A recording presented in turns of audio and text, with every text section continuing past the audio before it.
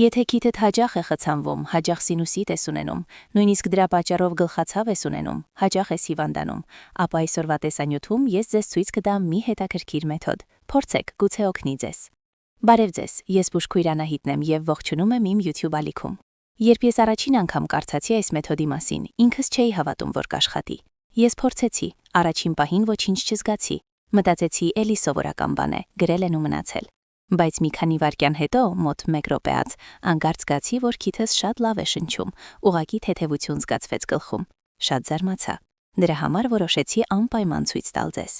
Այս մեթոդը շատ պարզ է։ Պարզապես վերցրեք 2 մատով ականջներդ, այնպես ինչպես տեսնում եք, եւ մի փոքր քաշեք դեպի վեր ու կողքեր։ Ահա այսպես պահեք։ Ինչու ենք դա անում։ Որովհետև այսպես լավ ենք բացում եւ սթախյան խողովակները, հայտնի է նաեւ որպես լսողական խողովակ, որոնք հաճախ խցանվում են։ Երբ այդ խողովակները բացվում են, սինուսներն էլ ավելի լավ են աշխատում եւ ազատվում։ Պահեք ականջները 15-20 վայրկյան։ Հետո ազատեք եւ անցեք հաջորդ քայլին։ Մատներով սեղմեք ահա այստեղ, հոնքերի արանքում, ճակատի կենտրոնում, նույնպես 15-20 վայրկյան։ Ինչ է սա անում։ Այստեղ մենք տալիս ենք թեթևակի խթանում ուղեղին, ինչը նույնպես օգնում է սինուսներին եւ եվստախյան խողովակներին։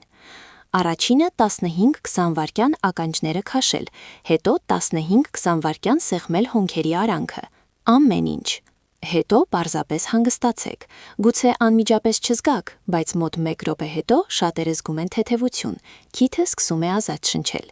Ես հենց նորից փորձեցի նախքան տեսանյութը նկարելը, եւ էֆեկտը զգացվեց անմիջապես։ Շատ հետաքրքիր էր, ուստի ուզեցի կիսվել ձեզ հետ։ Փորձեք, գուցե ձեզ էլ օգնի։ Շատ եմ ուզում, որ դուք այլևս չհիվանդանաք։ Ապրեք առողջ։